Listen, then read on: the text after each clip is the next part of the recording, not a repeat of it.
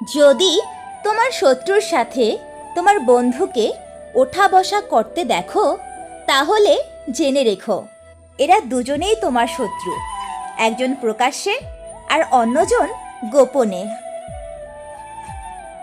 আপনার অর্ধেক সৌন্দর্য আপনার কথা বলার পদ্ধতি থেকে আসে, আর বাকি অর্ধেক থাকে আপনার চরিত্রে। শরীরের সৌন্দর্যের ভাগ খুবই কম, তাই কথা ও চরিত্র সুন্দর করুন। আপনি পৃথিবীর সেরা সুন্দরদের মধ্যে একজন হবেন। বুদ্ধিমান মানুষ দুই জায়গায় চুপ থাকে, এক রাগের মাথায়, আর দুই ভুল করার পর তার বিচারের সময়। একটি কাজ করলে আপনি কখনো ক্ষমা পাবেন না, আর সেটা হলো কারো কাছ থেকে টাকা ধার নিলেন কিন্তু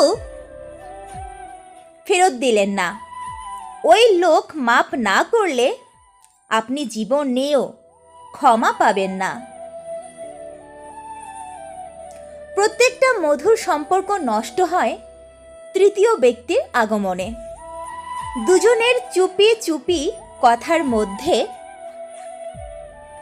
অন্য কেউ হানাহানি করলে হৃদয় নিয়ে আসলেই টানাটানি লেগে যায়। সাইকোলজি বলে সমবয়সীকে বিয়ে করা পারফেক্ট। আন্ডারস্ট্যান্ডিং ও ম্যাচিউরিটি থাকে সবচেয়ে বেশি। মেডিকেল সায়েন্স বলে যদি চাহিদা পরিপূর্ণভাবে পূরণ করতে চাও তবে সমবয়সীকে বিয়ে করা উত্তম। দুজন দুজনের চাহিদার বিষয়ে গভীরভাবে সতর্ক থাকে।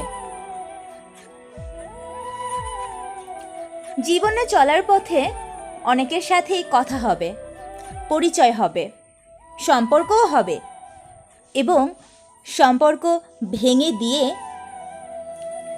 একটা সময় চলেও যাবে। সেই জন্য মন খারাপ করার কিছুই নেই। সব কিছু ভুলে গিয়ে সামনে এগিয়ে যেতে হবে, আর এর নামই হচ্ছে জীবন। সমস্ত যোগাযোগ থেকে আস্তে আস্তে বিচ্ছিন্ন হতে হতে আমাদের কাছে তখন কোনো মানুষ থাকে না যোগাযোগ করার মতো। শত শত নম্বরে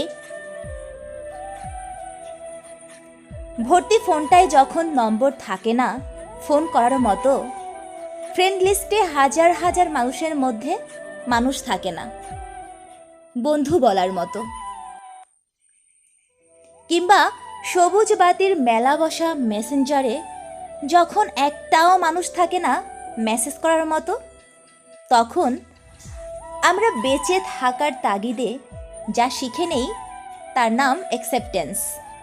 ভিড়ের মাঝে দাঁড়িয়ে থেকেও একলা হওয়া এক অদ্ভুত যন্ত্রণা। ভালোবাসার কাঙাল হয়েও জড়িয়ে ধরার মতো একটা মানুষ না থাকা সত্যি এক অদ্ভুত যন্ত্রণা। অনেক কথা বলার পরেও কথা বন্ধ হয়ে যাওয়া এক অদ্ভুত যন্ত্রণা।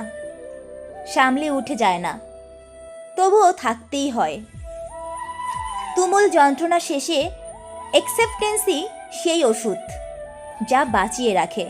কথা বলার একটা মানুষ নেই তো নেই, জড়িয়ে ধরার একটা মানুষ নেই তো নেই, বন্ধুত্বের বিকেল নেই তো নেই, স্বস্তির একটা কাঁধ নেই তো নেই। আমি আছি, আমাকে থাকতে হবে, আমি থাকবো, কেউ থাকুক চাই না থাকুক।